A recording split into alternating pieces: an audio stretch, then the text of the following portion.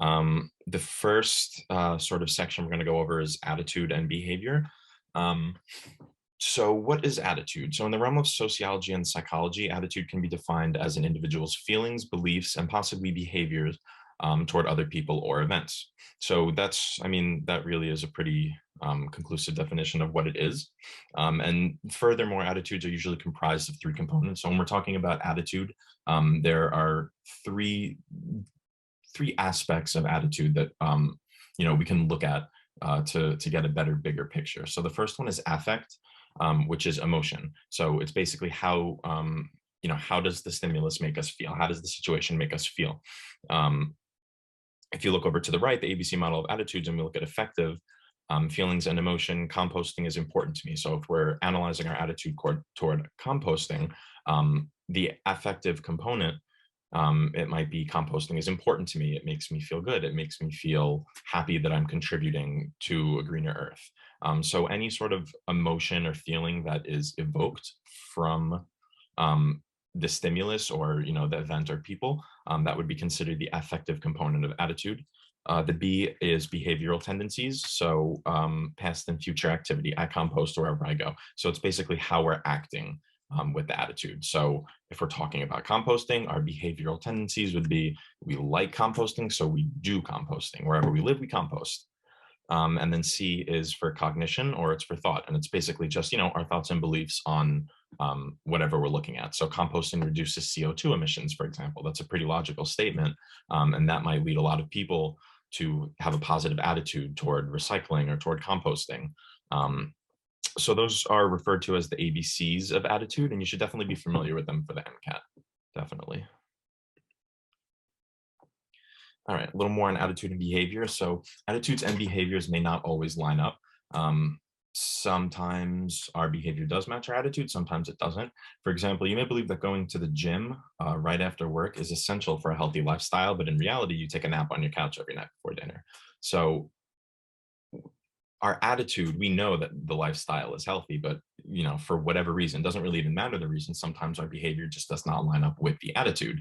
And we'll talk in a little bit about cognitive dissonance theory, and basically how our need to resolve that sort of dissonance between these two differences, how that sort of drives us to the behavior that we actually end up seeing.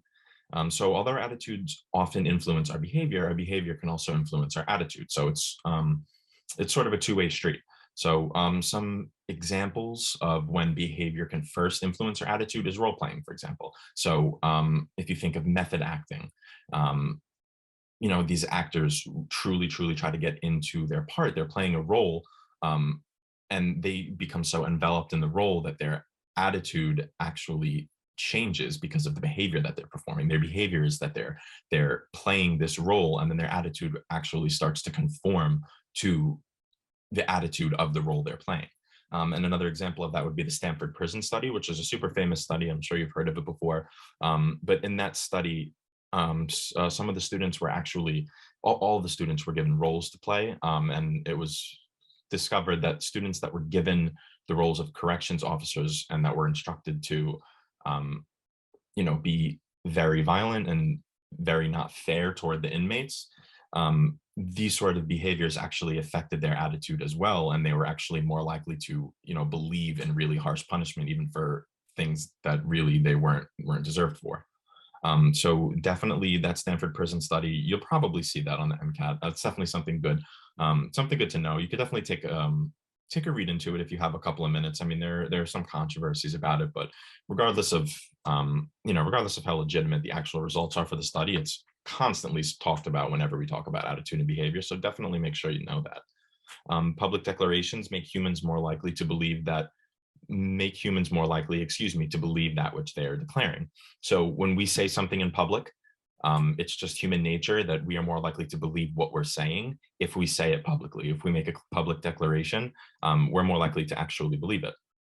And then justification of effort is the other one, and it's when we modify our attitude to match our behavior. So for example, deciding to become a teacher after getting a 525 on your MCAT becomes much less likely when you think about how much effort you've already put in. So if we think about it, our behavior is the effort that we put in months and months and months studying for this MCAT. Um, if we think about becoming a teacher, we're going to be a lot less likely to want to choose that just because of all of the effort that we put into this MCAT. If we hadn't put any of the effort into it and we were evaluating, should I be a doctor or should I be a teacher, it might be a different story. But because we had that, we added that behavioral component, the fact that we were studying for months and months, we put so much effort into it. Instead of adjusting our behavior, we modify our attitude. So we might convince ourselves that we actually do want to become a doctor and that it's actually much more worth becoming a doctor than it would be a teacher because we already put so much effort into it. So that's what justification of effort is.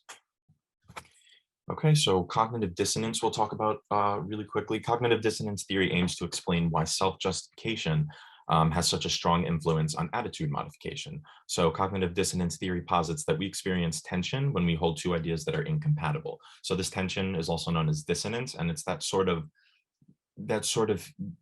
cognitive tension that you feel when two things are in your mind that just don't make sense. So in the case of the current conversation, two ideas can be conflicting behaviors with attitudes. So when we aren't thinking, when what we are thinking doesn't align with what we're doing, we start to feel that tension. So if you've ever been doing something, for example, if you've ever just been doing anything and you stop right in the middle of it and you're saying, why am I doing this? That's sort of cognitive dissonance, because in that very moment, your behavior is not lining up with your attitude. So in that very moment, you might realize there's no reason I should be doing this. So your attitude changes and it's no longer congruent with your behavior. So because you are performing a behavior that you do not believe to be important, you feel this dissonance and we feel this tension. So we have to alleviate that tension because we don't like it. So you can either change your attitude or you can change your behavior so that they line up. And that's really what cognitive dissonance theory is, and that's really why it's so powerful. It's just that we change our behavior and we change our attitude just to reduce this tension when we hold incompatible thoughts in our mind. All right, and that brings us to the first review question.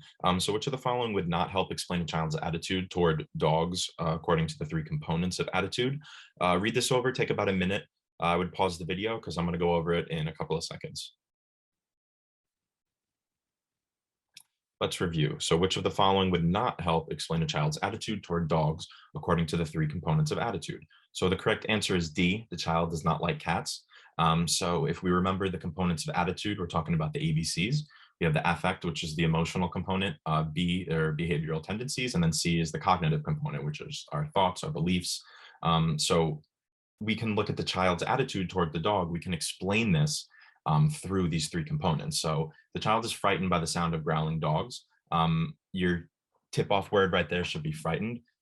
That is an emotion. So we're talking about affect. We're talking about the affective component. So that is true. So it would help explain the child's attitude. So A is not correct. B, the child recalls multiple negative past experiences with dogs. That would be considered cognitive. Anything having to do with learning, memory, ideas, opinions, that's all cognitive. So this child is using its past experiences and it's evaluating the dog in present time. So from a cognitive component, this is also helping explain the child's attitude toward dogs. And C, the child tends to cry and run away when she spots a dog. So that's going to be B, the behavioral tendencies, because it's a behavior. So it's how the dog reacts to the stimulus. I'm sorry, it's how the child reacts to the stimulus, which is the dog. So child is scared, child's going to cry and run away when she spots a dog. So that is also going to explain the attitude of the child when we're talking about the dog. The only thing that doesn't really explain it is D, the child does not like cats. That could be true, that could not be true, but it doesn't really incorporate anything having to do with the ABCs of attitude, and it doesn't really explain the child's attitude toward the dog. So that's why D is not correct. And again, if you ever have any questions or you have any comments about these questions, about anything I'm going over, I'll post my email again at the end. Just always shoot me an email. I'll definitely give you a quick answer, or you can join that group me and ask questions. We have students and tutors answering questions in live time 24/7.